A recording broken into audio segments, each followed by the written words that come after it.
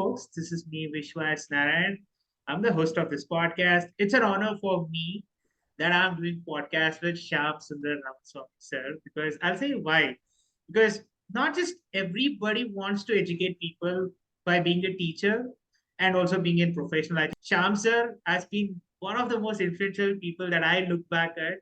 You know, I was going through one bounty journey and I literally remembered all the things that he taught me in that span of like half an hour or something. And I did that bounty, by the way. And it was a successful bounty. So I was like, okay, fine. I did with Chris Romeo. That's one of his mentors that he always look back at. And now it's time for me to get back to a student who has been really influenced by him. And thank you so much, sir, for being on my show. It means a lot. Yeah, thanks, Vishwas, for having me on your show. Thanks for doing it. First of all, you are taking time off your schedule and talking to people and sharing that knowledge or the experience with the wider audience is something very important. Not all people do. It's always giving it back to the community is what I feel.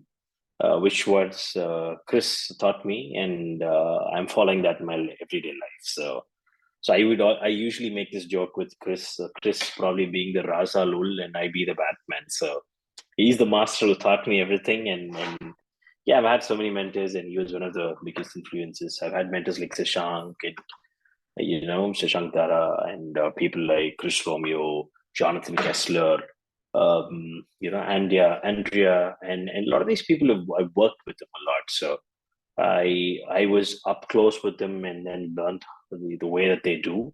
Is probably reflecting in my work today. So it's a huge shout out and thanks to all my mentors and my colleagues who've been part of this journey. So Sure. Let's get this journey of what really built the same Shyam Sundar that we are seeing today. And the journey of like, why did you even choose? Though you had an amazing journey in QA, you look back at what you did and you went back and told to yourself, I'm going to be an luminary. I'm saying you as a luminary, but I know you wanted to be an impactful professional here. So what really was the defining moment that you did pretty amazing in the QA as well. So what was that turning point when you just chose to make this decision of coming to cybersecurity? well, cybersecurity, to be very honest, was a very accidental profession for me. So I never thought, this is the career path that I take and I go on with it. But what was one of my characteristic traits, I would probably say, kind of matched with cybersecurity is every day is a learning. So in the world of cybersecurity, right, if you see that, you are learning something and you cannot be satisfied with, you have to unlearn it at one point of time. And that is some sort of a characteristic trait that I had where I kind of get bored with something when I do it for over a period of time. Okay. So I wanted to reinvent myself every month or every week. I wanted to do something new always. And when I jumped into this world of cybersecurity, that threw a huge challenge on me. It's like nothing is granted in this field, especially, right? I mean, you learn something, you do something, and you're not done with it. Every day, the attack services keep changing. The attackers use a lot of tricks, to do it. And I've always been a huge movie buff, and my goal was to probably become a director. And I had scripts in my hand. Engineering was never my cup of tea, and but how I decided this was the whole cybersecurity field is basically a good narrative, right? It's like a crime thriller. You have to be the good cop, or you have to be like a detective, where you find out of the box innovative things to solve problems and decode cyber attacks. Now that kept me on my feet and up and running. So I thought, okay, this could be your a big thing. Of course, what he said was right. Right, I took a huge risk of undoing what I've done for 5 to 6 years and starting from scratch again was, well, we all take risks, right? I mean, I was pretty gutsy to do that, and it kind of paid off for me. I know that's true, but you also were and in the phase where you ideated player testing in HCL. That was the phase where you 14 years in Cisco, man. It's like huge. That's like in one institution, staying there for 14 years and building an impactful career. That's huge. So now you have seen different things, right? You're basically part of cyber forensics. You are also part of DevSecOps and other teams as well. So it's like cross-functional teams to you. But I want to know, how can an organization strategize chaos, anti-patterns, and grow their dev culture out? Because not all people look back at what they are building over a course of time. I think somewhere down the line they miss out that. So what is that learning that really is required for the industry today? And also, what do you feel that organizations should be strategizing, learning, and unlearning towards? So cybersecurity is a very elementary piece that has to be embedded in the roots of any product development. Okay. So gone are those days where people used to talk about cybersecurity is not an aftermath anymore, right? I mean, the impact an attack probably creates today. I mean, if you kind of date it back or trace it back, it hits the root somewhere. So I always feel and voice out this opinion everywhere I go, saying that cybersecurity is the responsibility for people. And it has to be in every engineer or a technical guy or a developer or a QA who follows it. It has to be practiced during the product development, during the testing, during the DevOps pipeline, your CI/CD pipelines. Cybersecurity is a must-have element piece in every side of it. Now, cybersecurity, technically speaking, is a perspective. I would always see, decoding a cyber attack or embedding security into a product is a very perspective aspect, which maps back to the trait of the developer or the tester or the researcher. Because you have to be very imaginative when you embed cybersecurity into your product. And that imaginative aspect would give you at least 180 degrees of coverage. Now, one when you pass that on probably to the next person who's a QA and then the DevSecOps, the angle keeps adding as you do, and the perspective grows. But when you assemble the product fully, you get a 360-degree view of the cybersecurity. Plus, since you've been thinking about cybersecurity right from the word go and been embedding all this, part of your development QA and your DevOps, SecOps, and all those things, it gives you comprehensive coverage of threats. Now, cybersecurity or an antivirus product is not a silver bullet, right? You will have threats, but the blast radius kind of gets minimized when you have these elements in it. What I would give as a takeaway to the organizations today is make sure every engineer who probably works on technical aspect of things, be it your product marketing person or technical marketing executives, everybody should be educated on cybersecurity, because the first thing that starts with cybersecurity is awareness. Awareness is the most important thing, and elementary knowledge of cybersecurity is the second most important thing, which cuts down your list of threats by half, at least by 50%. And then when you are deep technical into this, it covers it by 75%. And then when it goes to a pen tester, it cuts it down by 95%.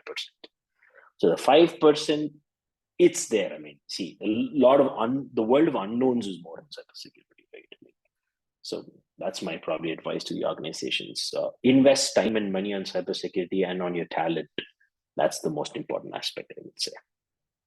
Sure, there will always be a human link which is still unleashed, right? You need to.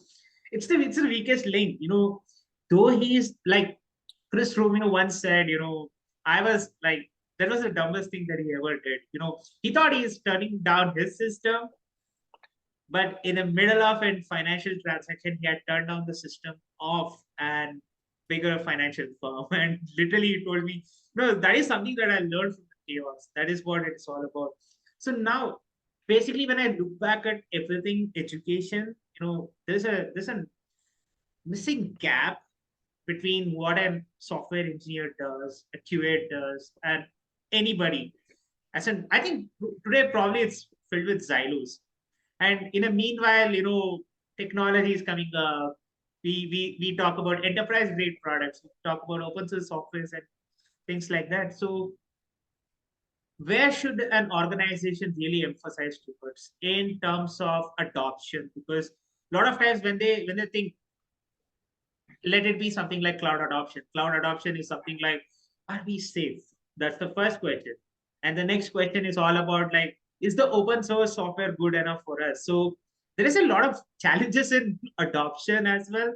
So as a cyber forensics person, like you have seen different tools, different technologies making an impact in your life. So how should a technology be perceived in terms of adoption rather than just talking at a price point?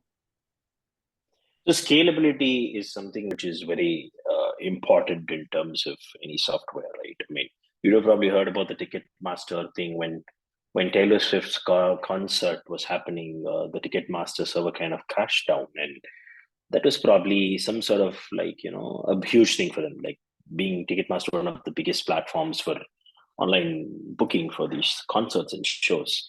Now, how I would probably put this is adoption of new technologies is something you cannot stop, because the point is when you will have to embrace technology in an aspect where you shouldn't see it as an outsider. Now, cloud, I usually run this funny line with everyone saying, what is cloud? Cloud is basically someone else's computer.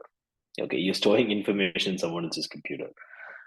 Now, you will have to keep the security process in mind when you build these things. And I would always say build a threat model. Now, threat model is something which has to be in place for every application, because it gives you like a good map and with like a good walkthrough of what is the traffic that comes in, what are your components, what are exposed, what's not exposed, right? Now, when you embrace technology like cloud, right, there's a lot of traffic that goes out. It's like not technically an on-prem cloud always, right? There are a lot of early adopters of AWS and Azure and GCP and all of these things are there today. Now, when you do that, you will have to embrace the technology also and see that now I have this with me. I cannot crib about the whole fact that my traffic is going out. Now, how do I build a fence, or how do I instruct my components to communicate in a secure way? How is my data passed on? How is it going to be coming back? Now that is what is the need of the hour, is what I feel, right? So technology is something that we all have to embrace. I mean, you will always have some pitfalls somewhere, but the early adoption of security principles and methodologies like threat models, and when it comes to open source, right? You were talking about the open source part where the open source is a big game. Okay, we all play this open source game. Free comes with a little bit of a price, but we are so advanced. Like what was there 10, 15 years back when you do open source? There was no method for verification of these codes or like these libraries or these packages that were used. Now, today, organizations adopt a scanning methodology in their org, like a repository that they have. Any open source component that comes into it is vetted, scanned, cleaned, sanitized, and then put it.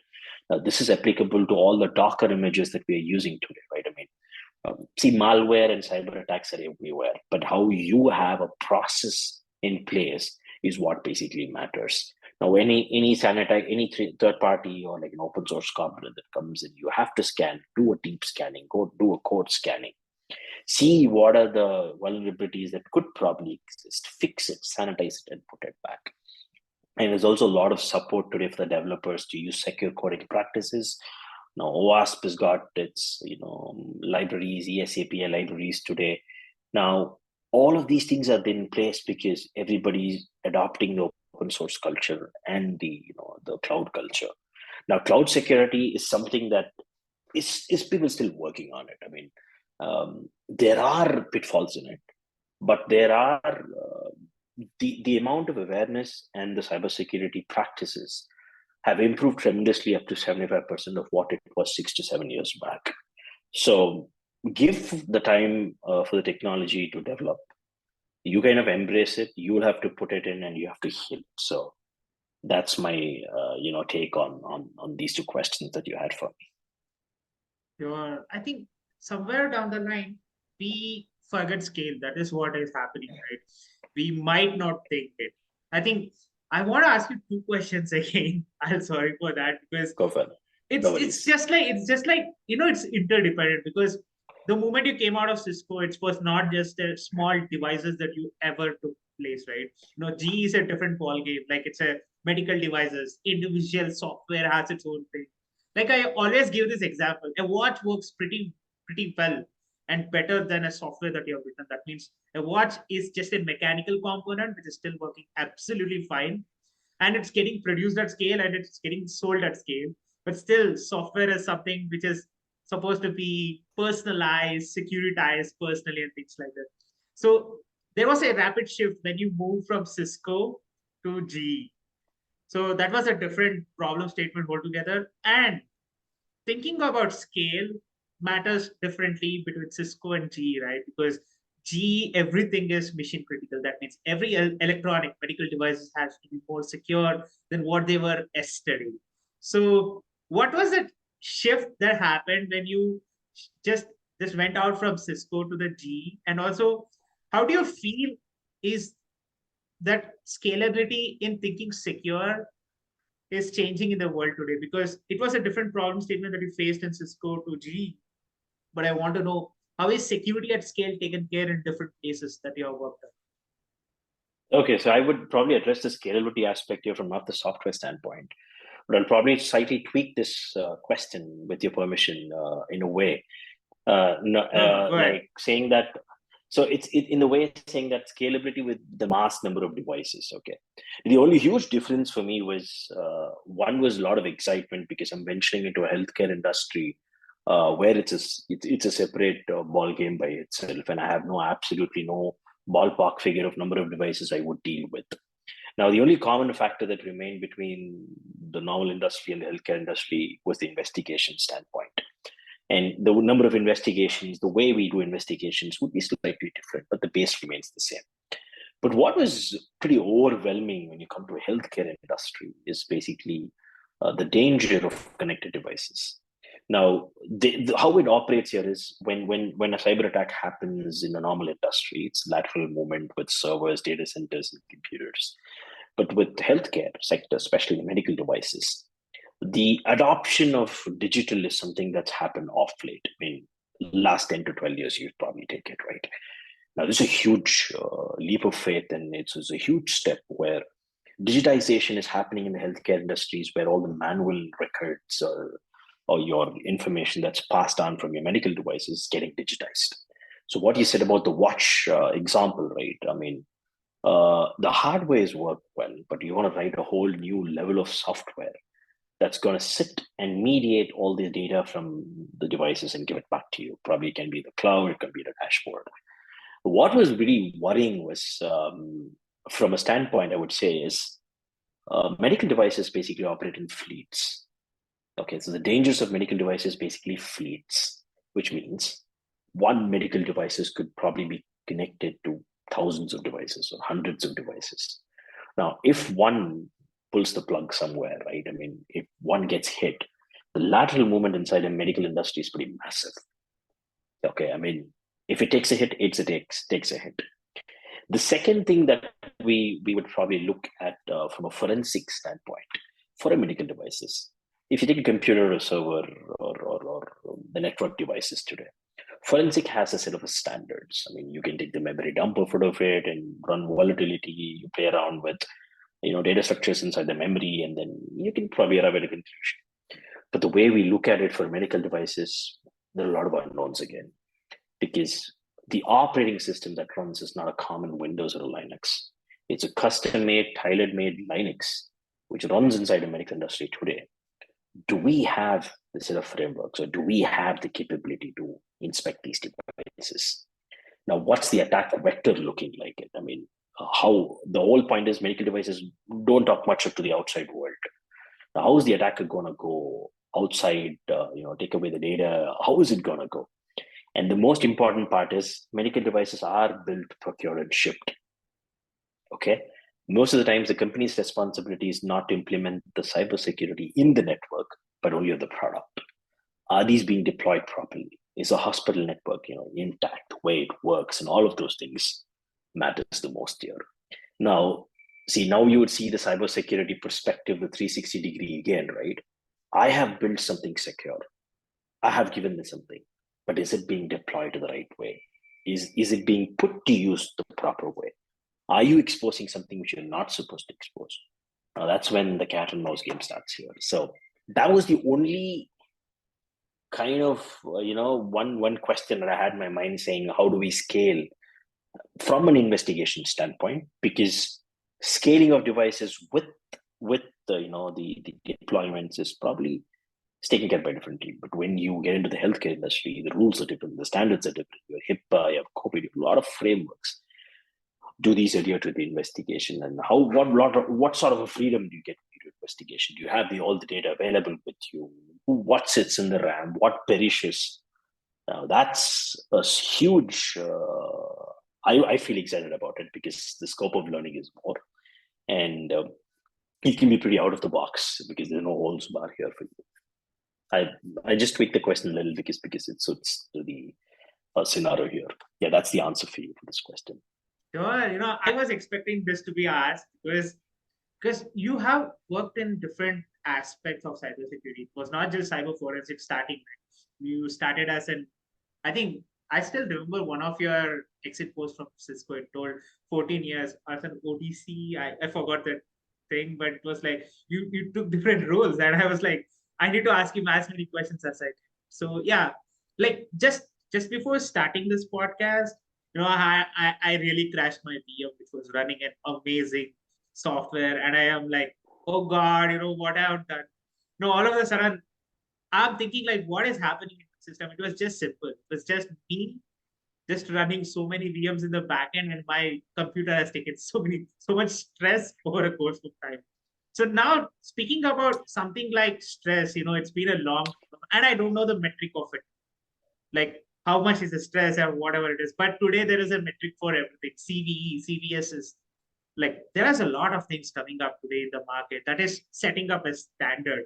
So are these the measure of how secure the infrastructure is, or is it just another piece of paper to certify or anything? Because a lot of people, when they go for this kind of a certification or anything, they still get annoyed by the fact that we are supposed to fill out so many. So how is industry standardizing many things with respect to cyber forensics or the cyber security part in terms of an approach, as well as thinking about the longevity of that, keeping that product more secure? So what is it all about when we are standardizing the approaches that we used to take, the matrices that we are just considering, and what is it all about today when it's completely standardized?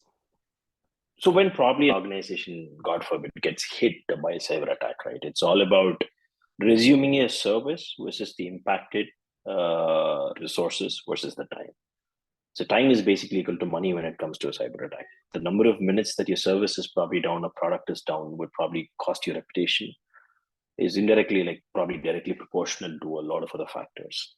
Now, the CVSS scoring is something very important because most of the companies probably run inside an agile model today, and the scoring beat any of the standards. I would, it's a huge welcoming into this cybersecurity world. Why I would say this? It helps you to prioritize the attacks while you fix it, and also knows you about the impact of the attack. The scoring is not just a number that you give saying that, hey, it's 10. Let's just put a saying that a file upload vulnerability exists. I'm uploading a file, and that's going to crash my system. I'm going to spread a malware attack across the customers. I can't just simply give you a 10, okay, or an 8 or a 9. I wouldn't say it's a high, medium, low. So the tags or the labels that are associated with basically high, medium, low, and info, okay. Now that probably gives you an idea how serious the issue is. But the scoring aspect of it, like let's take CBS's 3.1, which is the current standard that's there today, right? Now that adds a whole new dimension to your problem, okay? It gives you a fact saying that it has got close to 14 to 15 factors that calculate your score. Now, it tells you that, is this vulnerability altering your data? Does it require somebody's special permissions to craft this? Is it so complex that you can't fix it? Is it just a simple configuration button you have to press and yes or no? Now, these factors determine the intensity and the blast radius of an attack. Now, I would say probably scoring is the most important thing we need to see from a technical and non-technical standpoint. From a technical standpoint, based on these scorings, you should know your remediation should solve these issues. From a non-technical standpoint, it helps you to prioritize your, fixes in the next sprint, or you would probably know the impact radius of this. So I wouldn't say that it's just a gimmick of numbers or standards that everybody's trying to adopt. I would say it's a much needed entity or a factor, like the X factor. Why we call it risk, right? I mean, it tells you how bad or nasty or how simple this can be when it goes out live. So yeah, so that's a very important factor when it comes to the industry today. Sure. So a last question. How Sure. do you think as an attacker and how do you think in terms of defense? Because a lot of times I really wanted to understand that from cybersecurity expert because nobody has really understood this market completely. Like you have to be an attacker, you have to be a defender at one point of time. So how do you think as an attacker? How do you think as a defender today? So everybody has got a style of investigation. Okay, so see, there are some people in industry who work a very different way versus the others. How I would see an attacker versus a defender is when you solve a problem, right? When you're trying to solve an attack, when you do an investigation mindset, when you are investigating the attack, some of these things people do is just run a set of tools, they take a direction and they achieve it. Okay. So all thanks to the list of movies I watch a lot of shows, series. So I said I have a very cinematic mind when I work. That writer in me or like a screenplay writer in me or like when I wear that thinking hat and I do an investigation, I kind of approach the problem from a very psychological standpoint. Okay. And psychology and cyber attacks are connected very closely when you do an investigation. Okay, so everybody's got an inspiration. Okay, now let's say that when a process runs, it corrupts the memory, and then the malware is loaded into it, and it writes itself into the registry. Now, if you see from a normal investigator standpoint, you would see these as red flags and say, "Hey, this probably gets reminded of a cyber attack," and then you write a blog about it and get it done. But when you investigate from a psychological standpoint, right, I would always think from a standpoint saying, why did the attacker write this malware? One. Second thing, why is he following this pattern? What was he thinking when he was doing this attack? Now that gives you a standpoint saying that is the attack super clever, or some sort of a script kiddie who works on, or is probably inspired from other attackers to do something. Okay. Now, this gives you a pathway of saying that this is a new threat or is a repeat of the old threat and all of those things. Now, the second thing is defender was the attacker. I approach usually any product when I investigate from a very attacker mindset only, saying, what can I break in this? What are the possible ways that I can break in this? And I see it from a plain user standpoint first. I try to access something.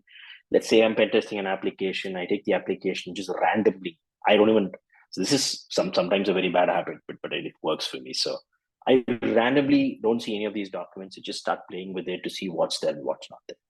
So I write 35 to 40 points of saying what are these things that are inside the application, and then I become like the attacker standpoint, saying what can I break, what can I not break, and then I go back to the documentation and read saying that hey, these are the list of features probably out of this 30, 40, 20 would be probably saying that, hey, these are the list of things that looks a little tricky.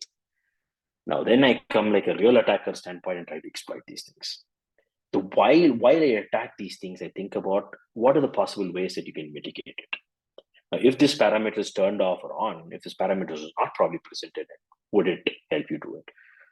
One good thing you should probably just keep shuffling between an attacker and defender when you solve a problem probably is you would probably see from a standpoint where I usually do this saying that the moment I finish attacking one portion of it or investigating one portion of it or cracking one piece of it, immediately I go back to a defensive mode to see how I can fix it. So I try to develop a POC for it to see if we can fix it. Is there a solution in the industry for it? Or that trick is a very secret trick that gives you a blog post or a patent. So that's what I do. So this is how I shuffle between an attacker and a defensive mode. Sure. I think this is where I always wanted to be your student. I'll be very frank. The moment the psychological aspect is very true because I have felt it. Because human attention span is like 3 seconds, and a goldfish has more than that. So probably a goldfish can overrun over me. Like it can rethink and reimagine better than me, and it can be the best. So I think somewhere down the line, I think you have to be a student of your own art to understand whatever it is all about. I think Thank you so much for sharing such great insights. Means a lot, sir, when you are on my podcast. It was a long time discussion that we had. I know. So yeah, Vishwas, thanks for inviting me, man. And keep doing what you're doing. This is something very interesting that you're doing in the very younger days of your career. I mean, listening to others and learning from them, and then spreading the knowledge. I mean, I still learn as a student. I meet a lot of people. I get to learn a lot of things from everybody. I mean, everyday learning has to be there because otherwise, the heights you reach versus the heights you fall, it becomes a very close gap. So keep Sure. learning. It helps you to unlock a lot of unknown dimensions, and that's the most important part of it. And keep it giving it back to the community. I mean, the moment you learn, go share it in a group, write a blog post about it, or like what are you doing as a podcast, or create a video about it. Make sure that it reaches the masses because when people read it and collaborate, new ideas are always formed. So Sure. thanks, Vishwas. You're doing a fabulous job, man, and uh, great to talk to you, and thanks for the opportunity. Sure, sir. It's my honor to have you as a guest. Thank you so much.